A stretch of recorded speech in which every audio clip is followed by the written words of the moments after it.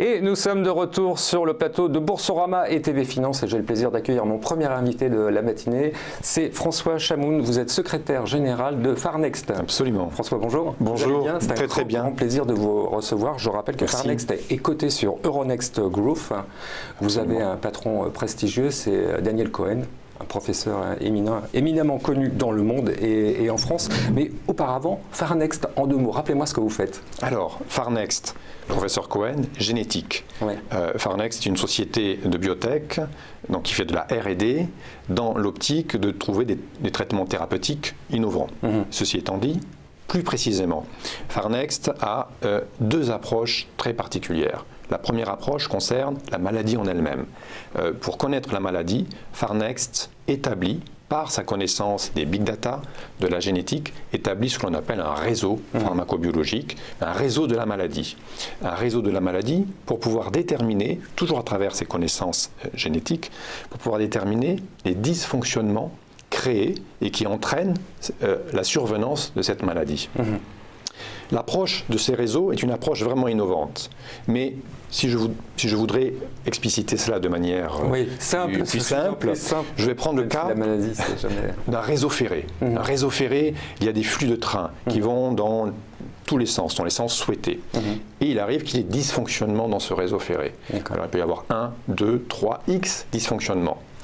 La maladie, la connaissance de la maladie, c'est cela. Ensuite, il y a le traitement thérapeutique. Quand on veut corriger un réseau ferré qui ne fonctionne pas, habituellement, ce qui se fait, c'est qu'on va viser un dysfonctionnement, on envoie une équipe qui va réparer, et puis une équipe qui va réparer ensuite un autre dysfonctionnement, etc. Pour Farnext, on va cibler l'ensemble des dysfonctionnements en même temps, parce que l'on considère qu'un médicament doit être efficace et sera efficace, non pas en ciblant un point, une problématique, mais en ciblant plusieurs problématiques, parce qu'une maladie, c'est quelque chose de compliqué. En termes de maladie, on parle de quoi? On se situe où exactement? Aujourd'hui, nous sommes dans les maladies neurodégénératives, en particulier Charcot-Marie-Tooth, nous y reviendrons tout à l'heure, mais ce domaine thérapeutique-là vise des maladies Alzheimer, sclérose en plaques, donc des maladies qui touchent les nerfs et qui entraînent un handicap, plus ou moins sévère, mais souvent très terrible pour les patients. La capacité de Farnext de découvrir des traitements innovants vient donc de la connaissance de ces différents dysfonctionnements et de cette idée qui semble tellement simple, en fait extraordinaire, qui est que nous allons utiliser des médicaments existants, des molécules existantes qui visent une maladie particulière, mais comme nous visons le dysfonctionnement, nous allons combiner l'ensemble de ces éléments-là pour pouvoir créer un médicament qui vise en même temps l'ensemble de ces dysfonctionnements et qui les traite. Est-ce que la France a une véritable avance dans ce domaine? On pourrait imaginer que c'est plutôt les États-Unis qui travaillent sur des sujets comme ça. Et là, visiblement, c'est vous qui êtes en pôle. Je prends l'exemple de Daniel Cohen de tout à l'heure, qui, dans les années 90, début des années 90, a fait ce que normalement les Américains auraient pu faire, par exemple. Il a été le premier à dessiner la cartographie du génome humain. Il l'a fait pour une raison très très simple.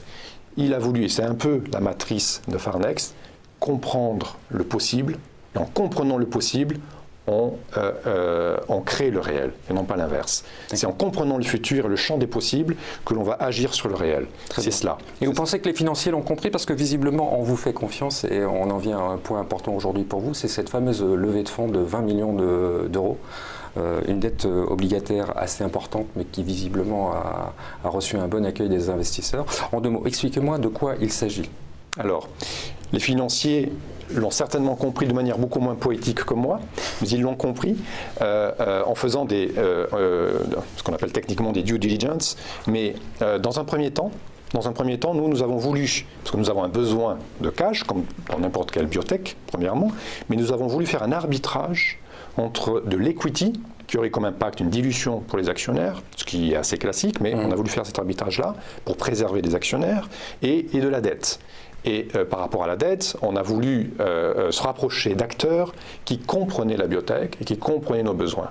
Concrètement, cela aboutit à des discussions avec ce partenaire qui a fait sa propre IPF Partners, pardon, on va le citer quand même. Oui. IPF Partners, absolument, absolument. IPF Partners qui s'est approché de nous, qui a mis des scientifiques sur le terrain pour nous comprendre et d'une certaine manière nous évaluer d'un point de vue scientifique. La résultante a été une négociation très fructueuse entre eux et nous, donc entre IPF Partners et Farnext, pour aboutir à un cheminement et à une structuration du financement qui a ceci de particulier. Ce sont des obligations, certes, mais qui s'adaptent au cash flow de Farnext. Donc ils se sont dit, grosso modo, très bien, vous n'avez pas de chiffre d'affaires prévu avant l'obtention d'une autorisation de mise sur le marché, et on y reviendra tout à l'heure. Aux environs de 2020 ? Aux environs de 2019. Aux environs de 2019, ce qui est une très belle nouvelle. Donc on vous prête de l'argent, en plus on vous dit attendez, on verra en fonction de quand vous pourrez nous rembourser, etc. Commencer à nous rembourser, etc. Ils sont sympas ces gens-là, non? Oui, alors l'approche est peut-être un petit peu plus stricte que celle-là pour eux, mais effectivement c'est bien cela, c'est bien cela. Ils ont vu quel était le cash flow projeté, et ce cash flow dépend d'une AMM qui elle-même dépend de résultats de phase 3, nous y reviendrons tout à l'heure. On y reviendra tout de suite, oui. Mais et ils se sont adaptés à cela, et ils ont accepté de s'adapter à cela, car ils ont fait leur propre analyse du risque, et ils ont dit très bien, allons-y ensemble. Donc on a un échéancier assez classique, une première tranche le 30 juin de 11,5 millions d'euros, une deuxième tranche le 31 juillet sur 3,5 millions. Oui. Et alors, plus intéressant, la troisième tranche, elle, est liée à une date importante pour vous, c'est-à-dire l'annonce de l'avancée sur la phase 3 de votre médicament. Absolument, absolument. Alors, ce sera quand finalement? Alors, les résultats seront déclarés, seront connus et déclarés, alors je dirais techniquement au plus tard d'ici octobre. Au plus tard d'ici octobre. Il est vrai que, de mémoire, nous avions, lors de l'IPO de 2016, de juillet 2016, exprimé au marché que les résultats seront connus courant second semestre 2018, voire au terme du second semestre 2018. Mais octobre, c'est bien, c'est avant, c'est après, vous êtes en retard, on avance? Vous êtes comment? Nous ne sommes pas en retard. Non, ça c'est bien. Nous presque en avance. Nous sommes presque en avance, exactement. Ouais. Mais on n'est jamais suffisamment en avance pour des patients. Bon, on a envie d'arriver toujours plus tôt pour les patients et pour les besoins des patients. C'est quand même assez rare. Alors, dans ce secteur des biotech, de biopharma. Déjà, effectivement, vous prenez un gros risque de l'annoncer maintenant, non? En juin. Alors, si nous prenions un risque, nous n'aurions pas annoncé. Dans notre intime conviction, nous sommes parfaitement confiants sur le fait que ces résultats seront émis et connus du marché. Tout à fait. Mais quel est le signal que vous essayez de donner au marché? Parce que vous annoncez en juin quelque chose, vous dites en octobre on va vous annoncer une très bonne nouvelle.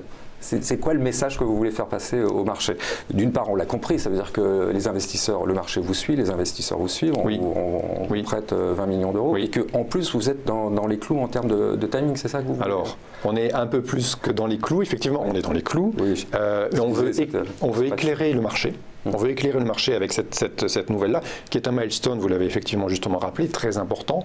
Et pouvoir cibler ce milestone dans le temps, c'est déjà un gage de qualité. Alors, évidemment, nous sommes dans une phase 3, donc c'est une étude en double aveugle. Donc, nous ne connaissons pas les résultats.